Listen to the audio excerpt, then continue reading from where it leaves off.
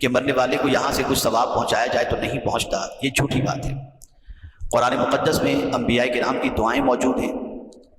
میں نے جس آیت کریمہ کی تلاوت کا شرف حاصل کیا اس میں بھی رب قدیر جل جلالہ نے فرمایا والذین جاءوا من بعدہم، وہ لوگ جو ان کے بعد آئے، یقولون، انہوں نے کہا،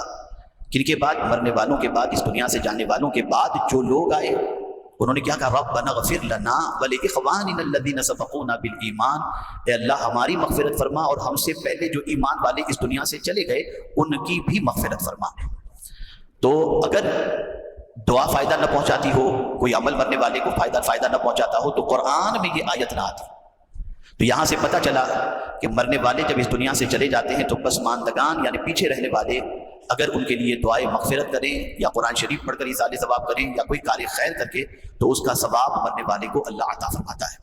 مجھے آنے میں تھوڑی تاخیر ٹریفک کی وجہ سے ہو گئی، اس لیے میں زیادہ عمل نہیں بتا پاؤں گا، تو 4 اعمال آپ کو بتا دیتا ہوں جس کو کرنا اپنی زندگی میں عادت میں شامل فرما لیں۔ میرے پیارے آقا صلی اللہ علیہ وسلم کے پیارے دیوانوں، سب سے بڑی چیز مرنے والوں کے لیے جو کرنی ہے اس کے بارے میں آقا کریم صلی اللہ علیہ وسلم فرماتے ہیں، قبر کے اندر میت ڈوبنے والے کی طرح ہوتی ہے، لیکن اگر کوئی شخص ان کے لیے مغفرت کی دعا کرے تو اللہ رب العزت جل جلالہ ان کی مغفرت فرما دیتا ہے۔ اور رسول اعظم صلی اللہ علیہ وسلم نے فرمایا ماں باپ کے انتقال کے بعد اولاد کی طرف سے سب سے بڑا تحفہ والدین کے لیے یہ ہے کہ وہ اپنے والدین کے لیے مغفرت کی دعا کریں۔ ہمیشہ اپنے ماں باپ کے لیے جو سب سے بڑی دعا کرنی ہے وہ مغفرت کی دعا۔ میرے پیارے آقا صلی اللہ علیہ وسلم کے پیارے دیوانوں، اعلیٰ حضرت عظیم البرکت امام عشق و محبت کے والد علامہ نقی علی خان علیہ رحمہ امام المتکلمین فرماتے ہیں جو شخص ہر نماز کے بعد یعنی فرض ادا کیا یا ظہر کی نماز ادا کیا یا عصر کی نماز ادا کیا تو ہر نماز کے بعد اپنے ماں باپ کے لیے مغفرت کی دعا نہ کرے، اس کی نماز بارگاہ سبتیت کے اندر قبول نہیں ہوتی۔ زندہ ہو تو بھی ان کے لیے مغفرت کی دعا کریں، انتقال کر جائیں تب بھی ان کے لیے مغفرت کی دعا کرنی چاہیے۔ میرے پیارے آقا صلی اللہ علیہ وسلم کے پیارے دیوانوں،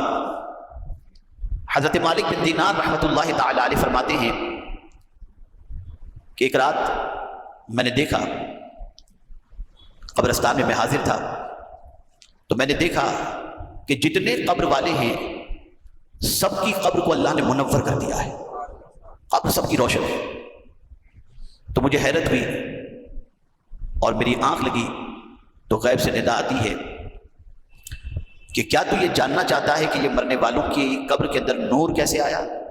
آپ نے عرض کیا ہاں۔ فرمایا گیا کہ ایک بندہ کل رات قبرستان گیا تھا اور اس نے وہاں جا کر کے 2 رکعت نماز ادا کی۔ پہلی رکعت کے اندر سورہ کافرون کی تلاوت کی اور دوسری رکعت کے اندر سورہ اخلاص کی تلاوت کی، اور اس کے بعد جتنے بھی قبرستان کے اندر مدفون ہیں مومنین سب کی روح کو اس نے ایصال ثواب کر دیا۔ تو اس بندے مومن کے ایصال ثواب 2 رکعت کے کرنے کی بنیاد پر اللہ نے سب کی قبر کو منور فرما دیا۔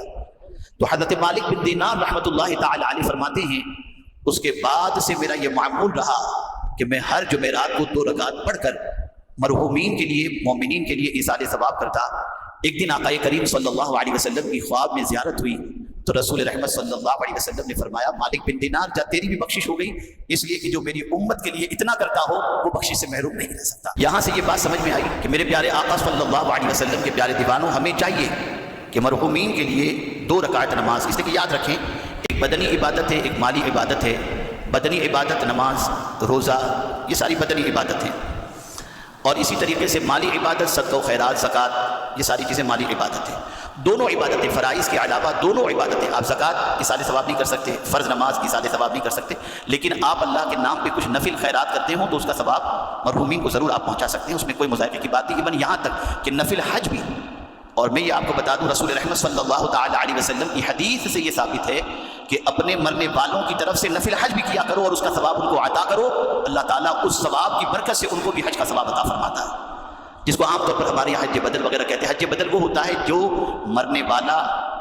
حج نہ کیا ہو یا وصیت کی ہو یا رقم چھوڑ کے اس دنیا سے گیا ہو اور اس کے بعد جو ہے وہ صاحب استطاعت تھا اور اس کی طرف سے حج کرنے والا. اور ایک ہوتا ہے کہ ان کی طرف سے یوں ہی حج کرا دینا, وہ حج فرض تو ادا کر چکے تھے لیکن ان کی طرف سے کسی کو بھیج کر حج کروا دینا, جیسا کہ عام طور پر ہوتا ہے. تو میرے پیارے آقا صلی اللہ علیہ وسلم کے پیارے دیوانوں, نفل روزہ بھی آپ ایصال ثواب کر سکتے ہیں, نفل نماز بھی ایصال ثواب کر سکتے ہیں, نفل حج بھی ایصال ثواب کر سکتے ہیں. یہ ساری چیزیں, نفل عمرہ جو عمرہ نفل ہی ہے, آپ یہ سب چیزیں کر سکتے ہیں, اس میں کوئی مداخلے کی بات نہیں ہے اور اس کا ثواب مرحوم کو پہنچتا ہے. اسی طریقے سے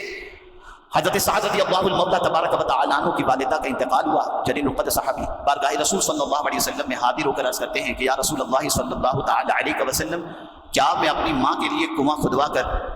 اس کنویں کا پانی لوگ فائدہ اٹھائیں تو کیا میں اس کنویں کو اپنی ماں کے لیے ایصال ثواب کر سکتا ہوں؟ یا حضور سے انہوں نے پوچھا ہوگا کہ میں کچھ ایصال